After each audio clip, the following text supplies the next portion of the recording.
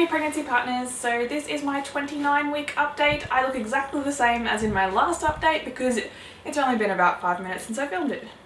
But I just like to have them separate to look back on for myself anyway.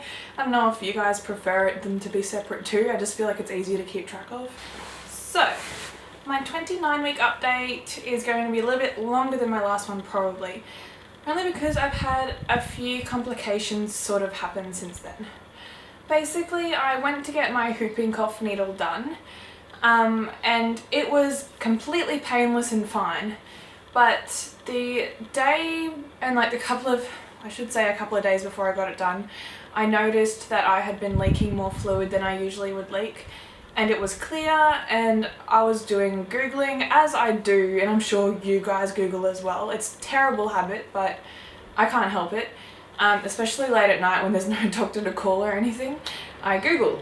And so my Google results told me that it could be amniotic fluid, and I completely freaked out thinking that my waters had been ruptured or like there was a hole in my sac or something like that. Because I do have a high risk of preterm labour as well, due to my bicornuate uterus, if you are just starting to watch my videos. Sorry, so I was freaking out, and on the way to the doctors for my whooping cough needle, this is on Wednesday, I believe. Yeah, so this is the first day of being 29 weeks. This is Wednesday. I went to the doctors, and on the way there I felt these really sharp pains, like TMI, block your ears if you don't want to hear this, but really sharp pains like in my vagina. And I was doing some research. Apparently there is another term for them called fanny daggers, TMI as well. But it's basically this really sharp pain. It feels like a knife is actually up there, like it's a horrible pain. And I was Googling, and it said that those pains could be your cervix starting to dilate.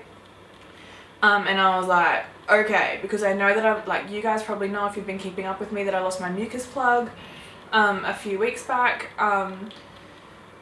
So I was completely stressed out. Anyway, I got my whooping cough needle, and I asked the nurse if my GP was there that I could ask about everything, and she was like, yeah. So I spoke to him, and he looked really concerned. He said my waters or my membranes could be ruptured, and sent me for a ultrasound. He let me know that it's the last ultrasound that Medicare in Australia covers without paying for it in the 3rd trimester, and I was like, that's all G, I just want to know that my baby's okay. I kind of knew that he was okay because he was kicking, but it was more the fact that I was worried that my cervix had started dilating that I was really scared about. So I went and had this ultrasound.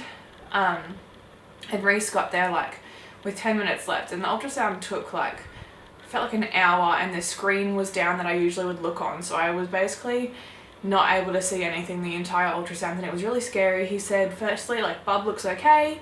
You got plenty of fluid around him, and I was like, cool. So like, you know, what's the go then? And he said, well, it could be amniotic fluid leaking if it is, but your body is replenishing it at a rate like that is fast enough for it to not be a problem. So like, he wasn't dry or anything in there, and he's all fine. But I still felt a little bit like, okay, but if it's amniotic fluid, can't I be at risk for an infection? Or, you know, like, I don't know. But I feel like I haven't had as much fluid come out since then. Maybe it was just like a few days of like heavy discharge, I don't know, but it did freak me out, and I didn't feel like I was 100% satisfied. We also this week put the cot up, so the cot is completely assembled, which is really cool. I will do a nursery tour once everything's done, obviously. But and I also have had this hard like nesting instinct come about me. And I think that's because like I wanted to get the cot done. Then I went out and bought like a cot like doona, cot sheets, and got them washed and made the cot so it's all ready for a baby to go in there now. I went out and spent like $150 on more baby stuff, more baby clothes, like little socks and some mittens, and I might make a video showing you what I actually have so far. And I've also like just been feeling like something's gonna happen soon. I don't feel 100% like everything's 100%. Like I just feel a bit off. Like cravings wise, I'm still craving ice heaps. I've been eating ice all the time. If I'm gonna drink anything, I just prefer it to be water with ice cubes. Like that's my go-to at the moment. But another thing did happen, which has put me more like sort of like made me more uneasy, is yesterday I was, you know, getting my hospital bag ready, and I just felt like I had to have it ready because I felt like something was going to happen really soon. So I'm trying to pack everything in my hospital bag, and I'm having these really bad Braxton Hicks contractions, and I started timing them, and I realised they were like every 15 minutes, like nearly exactly from like 2 in the afternoon like onwards until like I think it was like 6 or 7 at night. They were like every 15 minutes. But like everyone says you don't need to worry until like unless you have like a bloody show. Your contractions are like 5 minutes apart. And so I was like, oh, I'm just gonna wait, I'm just gonna count them, you know, just you can't really, you know, the hospital wouldn't be able to do anything, sort of thing. That's what I thought anyway. But I also had really bad backache, and this is not like back pain like with the sciatica nerve. This is like backache, like period pain, like lower back pain, that a massage would actually help, because I feel like with the sciatica pain, like a massage doesn't really help it. But with this pain, it was like on both sides, really, really bad, like just dull, aching pain, like not so sharp. It was horrible, and we went to the shops because I was like, okay, I need to buy like nursing pads and maternity pads and nipple cream, and I just felt like yesterday this big thing came over me. I was like, quick, we gotta go out and buy all this stuff that we don't have.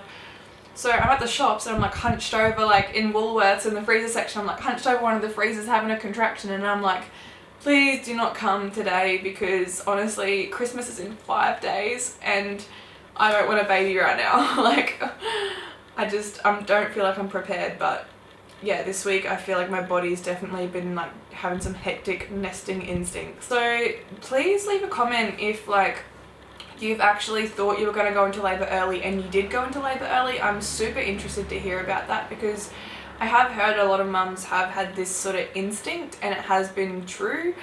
And plus the whole high risk of preterm labour is really scary as well. So please let me know your experiences and I will show you my belly.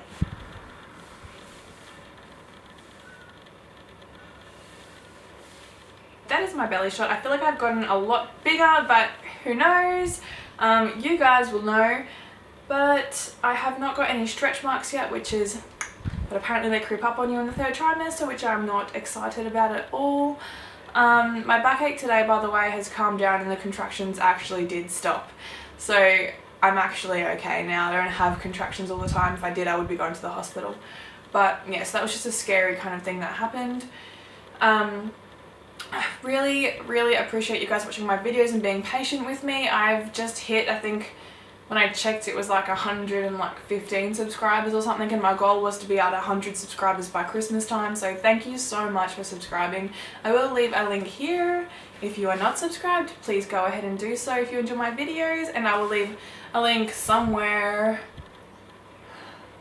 for my pregnancy updates. I really enjoy making these videos, so I hope you enjoy watching them. Have a fantastic week, guys, and see you next time. Bye.